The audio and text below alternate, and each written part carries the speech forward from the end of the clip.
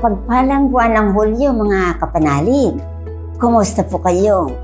Sana po, anuman ang ating kalagayan ay okay pa rin kayong lahat yan sa awa ng Diyos. Ako po, si Sister Vanji. At ako naman po, si Sister Lou. Ito ang wish namin sa inyong lahat. Sana manatili sa ating mga puso ang pag-asa sa kabila ng maraming pagsubok na ating kinakaharap sa kasalukuyan. Totoo yan. Dahil kung kasama natin ang Diyos, mawawala ang ating mga pangamba. At ang good news ay kasama natin siyang lagi sa kanyang mga salita. Kaya, welcome pong muli dito sa atin, sama-samang pagninilay ng salita ng Diyos. At alam niyo ba, nasa ika-67 episode na tayo ng ating Lectio Divina. Thanks be to God sa kanyang mga biyaya na patuloy niyang ipinagkakaloob sa ating lahat. Talagang napakabilis ng panahon, ano po? Kalahating taon na nakalipas sa 2025. Napakarami na ang blessings na natanggap natin. Yes, nagpapasalamat tayo sa Diyos sa naging pamumuno ni Pope Francis na naging mabuting pastol natin at sa pagtatalaga ng bagong Santo Papa at pastol ng ating simbahan sa katauhan ni Pope Leo XIV. At nasisiguro ko, marami pang ibang mga biyaya ang ipinagkaloob sa atin bilang isang pamilya, bilang mga tagasunod ni Kristo na patuloy na nanalig sa Diyos ng may pag-asa. Paano nga ba natin mapapanatiling buhay ang ating pag-asa? Sa totoo lang, ang pag-asa ay mula sa Diyos. At ito ay kaloob sa atin ng Diyos. Ngunit, kailangan niya ang ating tulong upang maibahagi ito sa ating mga kapatid na nawawala na ng pag-asa. Tama ka diyan, Sister Lou. In fact, yan ang panawagan sa atin ngayon ng ating Ebanghelyo. Upang maunawaan natin ito, siguro, makabubuting manalangin muna tayo. Sa ngalan ng Ama at ng Anak at ng Espiritu Santo. Amen. Mapagmahal naming Ama, maraming salamat po sa iyong walang hanggang pagmamahal, pagkalinga at awa na patuloy mong ipinadarama sa amin. Salamat po sa iyong kaloob na ipalaganap ang iyong mga salita sa lahat ng pagkakataon ayon sa iyong kalooban. Ipadala mo po ang iyong banal na Espiritu upang maging matatag kami sa aming misyon na isabuhay at ibahagi ang iyong mga salita sa buong mundo. Sa pamamagitan ni Kristong anak mo na nabubuhay at nagahari, kasama mo at ng Espiritu Santo, magpasawalang hanggan. Amen. Sa ngalan ng Ama at ng Anak at ng Espiritu Santo. Amen. Ngayon po ay pagninilayan natin ang mensahe ng Ebanghelyo mula kay San Lucas, chapter 10, verses 1 to 12 and 17 to 20. Pagkatapos, ang Panginoon ay humirang ng 72 pa na kanyang pinauna sa kanya ng dala-dalawa sa lahat ng lungsod at sa mga puok na kanyang paruroonan. At sinabi niya sa kanila, ang aanihin ay marami, ngunit kakaunti ang mga manggagawa. Kaya idalangin ninyo sa Panginoon ng ani na magpadala ng mga manggagawa sa kanyang ani. Kumayo kayo, eto. Sinusugo ko kayo na walang mga tupa sa gitna ng mga lobo. Huwag kayong magdala ng pitaka, supot o sapin sa paa at huwag bumati kanino mang tao sa daan. Sa pagpasok ninyo sa alimang bahay bumati kayo, mapasatahanang ito ang kapayapaan. At kung doon ay may taong mapayapa, mananatili sa kanya ang inyong kapayapaan. Datapwat kung wala, babalik ito sa inyo. Tumigil kayo sa bahay na yon. Kumain kayo at uminom ng anumang meron sila, sapagkat ang manggagawa ay may karapatan sa kanyang upa. Huwag kayong magpalipat-lipat sa bahay-bahay. Sa alinmang lungsod kayo pumasok at tanggapin kayo, kanin ninyo ang ihain sa inyo. Pagalingin ang kanilang mga may sakit, at wikain sa kanila, nalalapit na sa inyo ang kaharian ng Diyos. Datapwat, sa alinmang lungsod kayo pumasok at hindi kayo tanggapin, magsilabas kayo at wikain, pati ang alikabok ng inyong lungsod na dumikit sa aming mga paa, ay pinapagpag namin sa inyo. Subalit, tantuin ninyong nalalapit na ang kaharian ng Diyos. Sinasabi ko sa inyo na sa araw na yaon ay higit na magaan ang sasapitin ng Sodoma kaysa nasabing lungsod. Nagsibalik ang 72 na puspos ng galak na nagwiwika ng ganito, Panginoon, kahit ang mga demonyo ay sumusuko sa amin dahil sa iyong pangalan. Ngunit sinabi niya sa kanila, nakita ko ang pagkahulog ni Satanas sa langit katulad ng kidlat. Tandaan ninyo, binigyan kayo ng kapangyarihan na lumakad sa ibabaw ng mga ahas at mga alakdan at sumupil sa lahat ng lakas ng mga kaaway at wala silang magagawang masama sa inyo. Gayunman, huwag kayong magalak dahil sa pagsuko sa inyo ng mga espiritu, kundi magalak kayo sapagkat nasusulat sa langit ang inyong pangalan. Ang Ebanghelyo ng Panginoon. Pinupuri ka namin, Panginoong Hesukristo. Medyo mahaba ang ating pagninilayan ngayon. Pero alam mo ba, Sister Banji, naalala ko tuloy ang sharing ng isa nating madre noong mag-mission sila. Wala silang dalang baon. Tapos medyo mabigat pa yung bag na dala nila. May mga prayer books, ebanghelyo, at iba pang babasahin. Pero masaya sila dahil kahit naghihikahos ang mga pamilya doon, ay taos-puso silang pinatuloy. Totoo yan. Dahil ang isang taong may missionary spirit ay magiging masaya kahit anumang hirap ang maranasan niya sa misyon.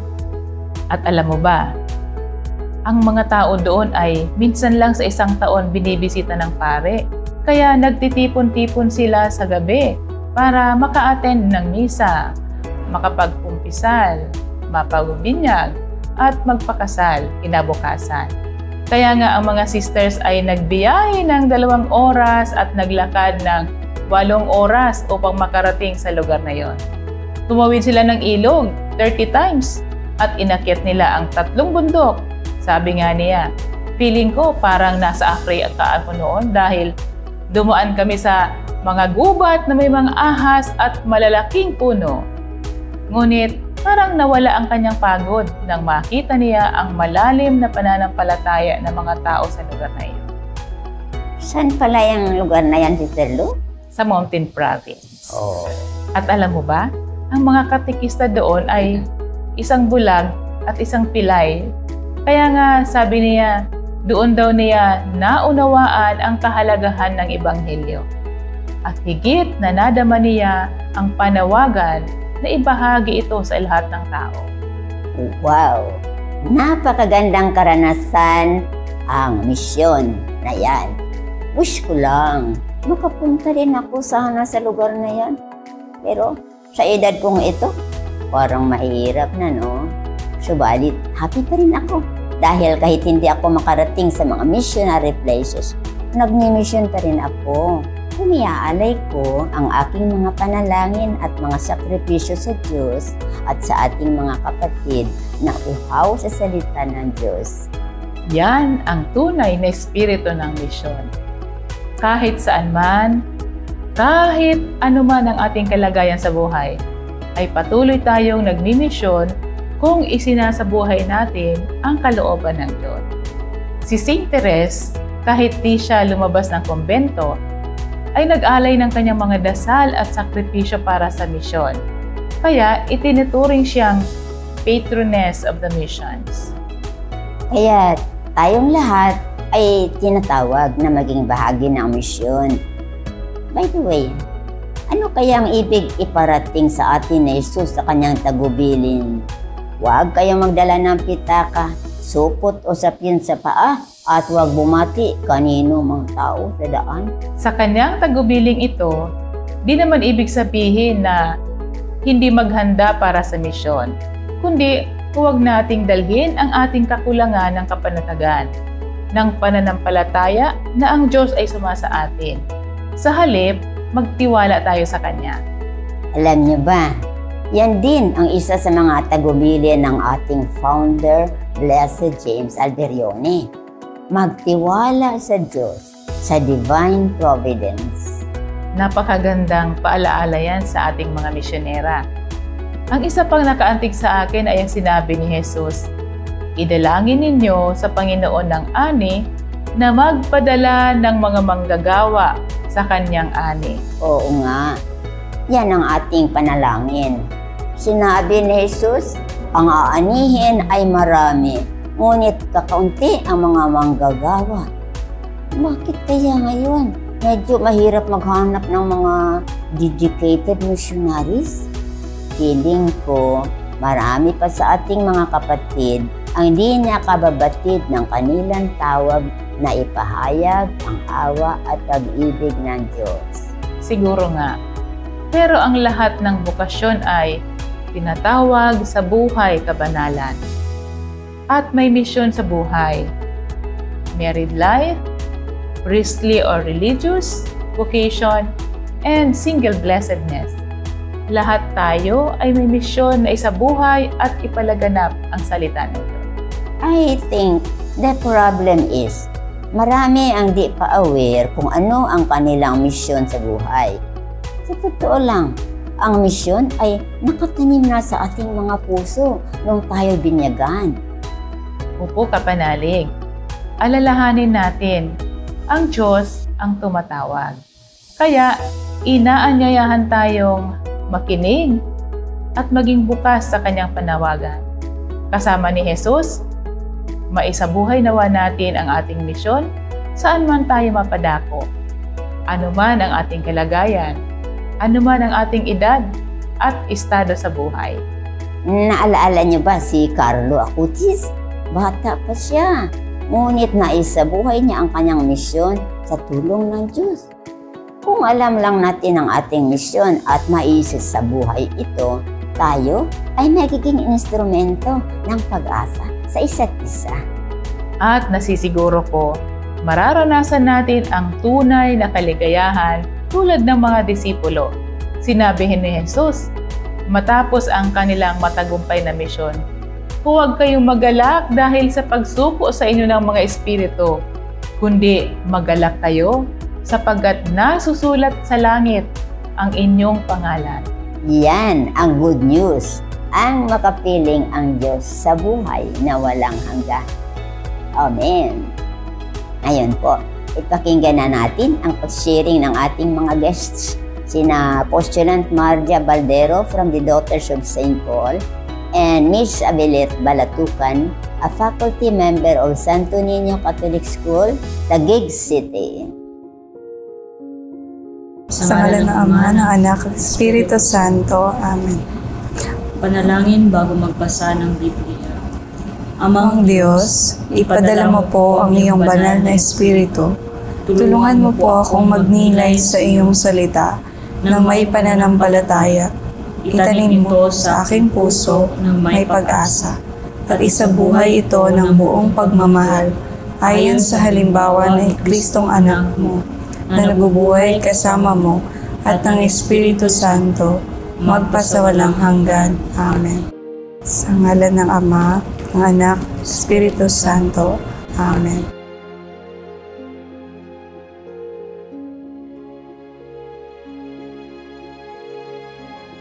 Pagbasa mula sa Ebanghelyo ni San Lucas. Papuri sa iyo, Panginoon.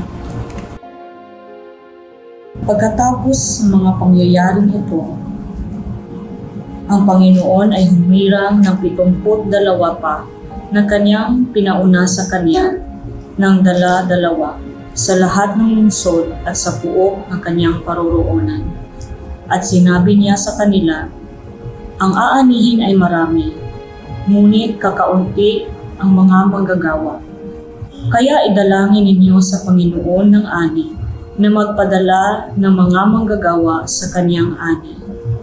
Humayo kayo, heto, sinusugo ko kayo na waring mga tupa sa gitna ng mga lobo. Huwag kayong magdala ng pitaka, supot o sapin sa paa, at huwag bumati sa kanino man tao sa daan.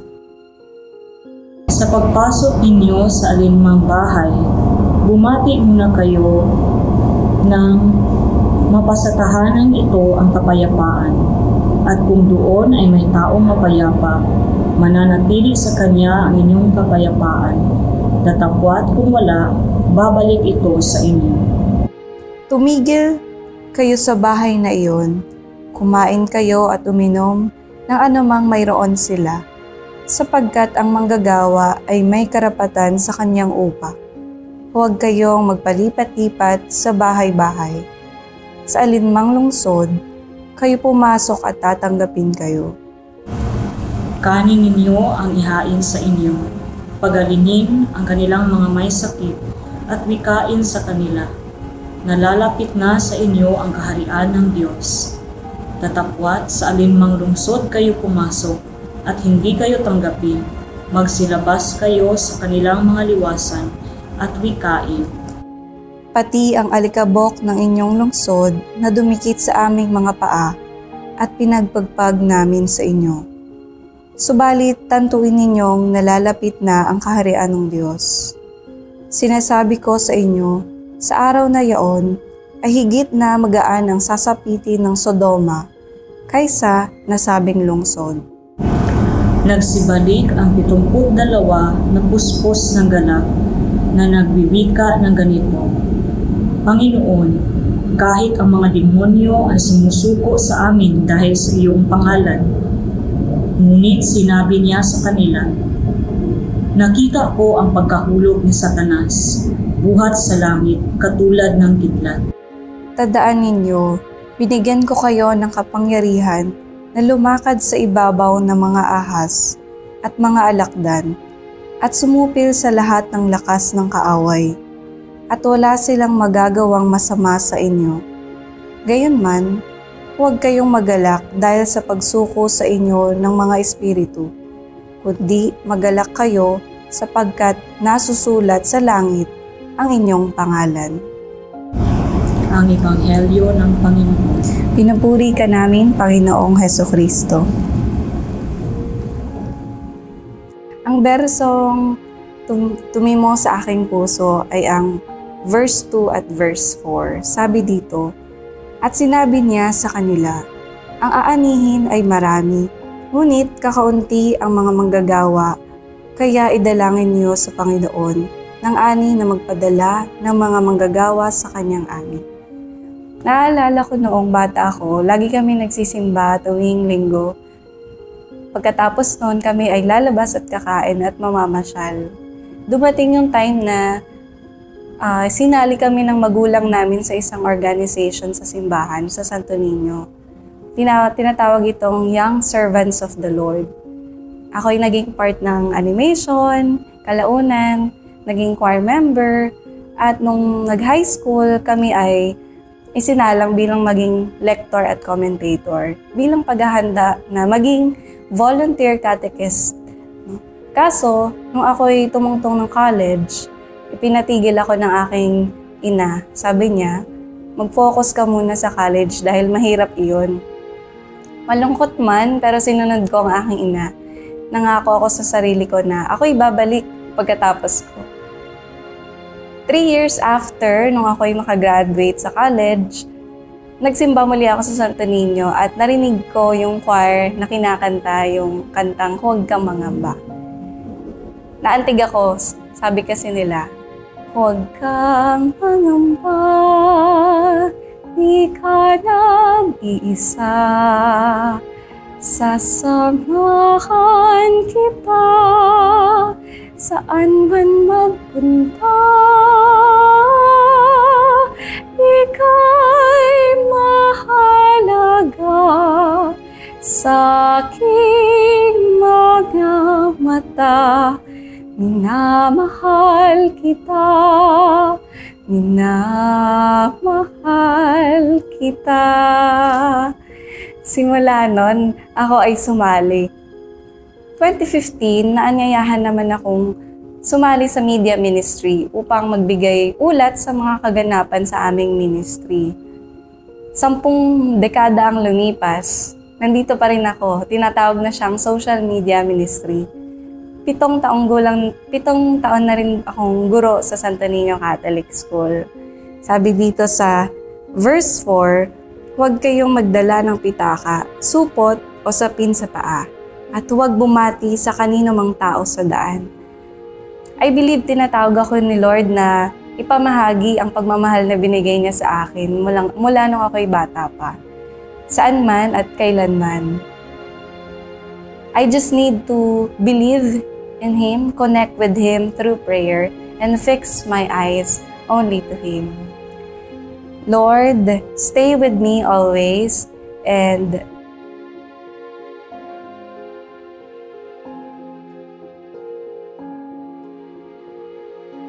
I want to be your instrument of your love. Amen.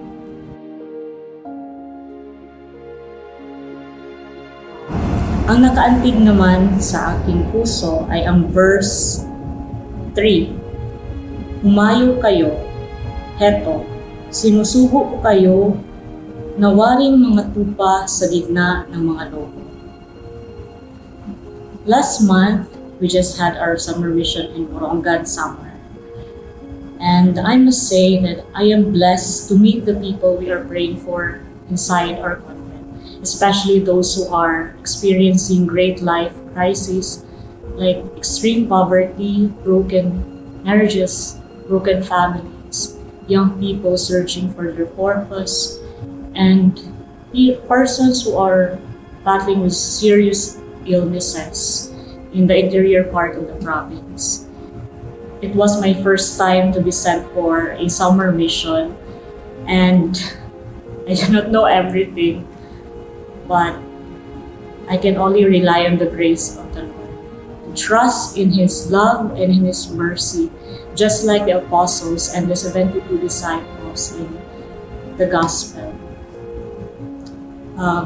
So going back to the verse, Luke chapter 10, verse 3. Allow me to share the 3 wolves I have encountered during our summer exposure. First is uncertainties. We were informed by our host priest that we will be assigned in a barangay. The name is Barangay Surok.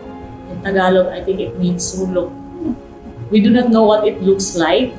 And then we were told that there were NPAs roaming around before.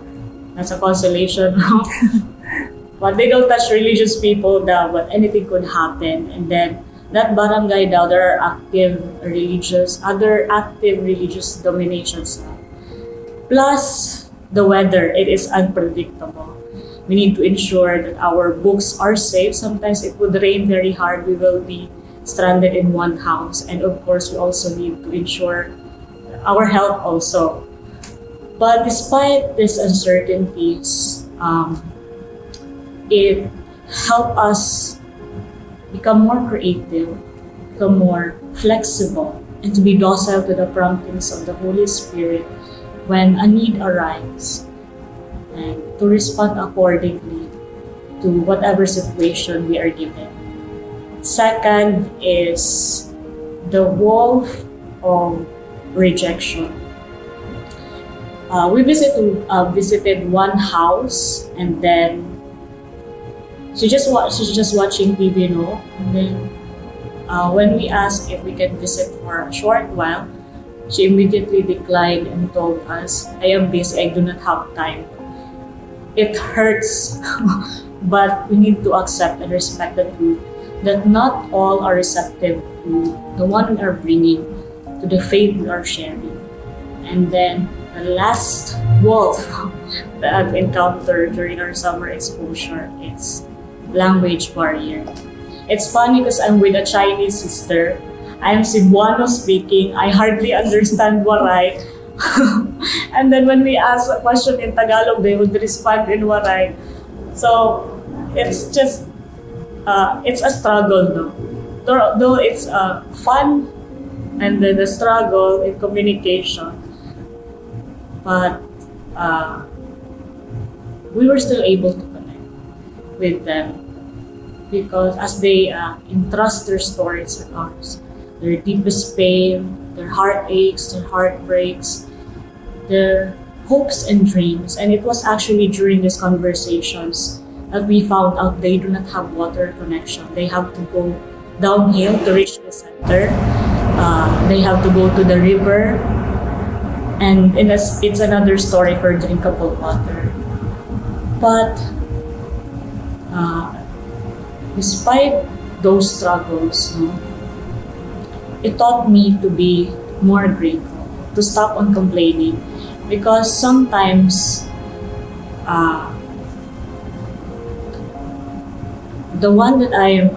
sometimes those basic needs that I take for granted are a treasure for others. And we're also consoled with, despite our, sometimes we're tired, but it's refreshing to the soul because we are one with nature. We are surrounded with tall mountains. We're able to walk in very serene, wide rivers, rice fields, and it's a reward. Unexpected, beautiful places. It is such a humbling experience. We do not know everything, and we are not in control of everything. But it's okay because the Holy Spirit is with us, is walking with us, and He is working with us. Before I end my sharing, I just want to share a short reflection on what has transpired during our summer mission. It made me realize that being chosen to be sent for a mission was never about me, but sharing the one who sent me. It is bringing the love I have received into the fullness of its being. And the apostolate of presence, by just being simply with the people, just being there, made me realize that it is witnessing and encountering the Word that became flesh and dwelt among us. And that's all. Let's pray.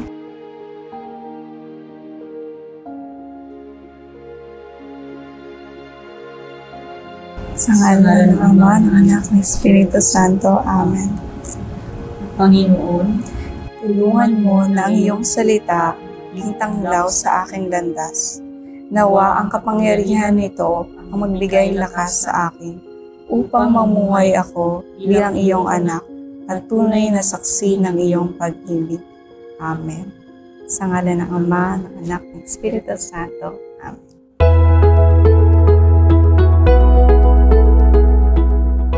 Maraming salamat, Postulant Marja and Ma'am Abelet, sa inyong inspiring sharing.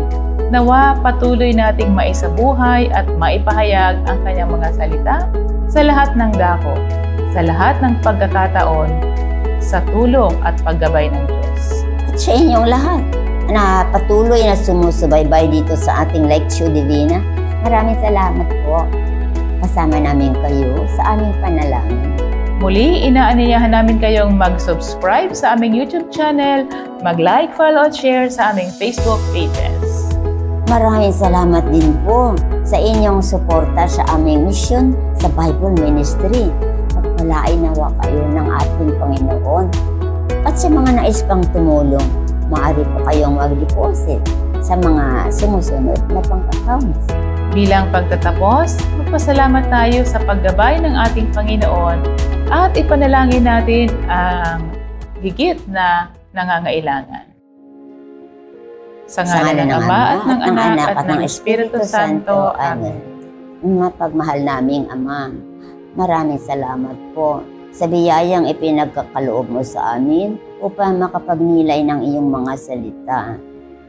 Ipinauubaya namin sa iyo, O Ama, ang aming mga kapatid na nagdurusa, ang mga may sakit, ang mga pinuno ng simbahan, si Pope Leo XIV, ang mga obispo at kaparian, ang mga misyonero at misyonera, ang mga biktima ng digmaan at karahasan, at ang mga nawawala ng pag-asa.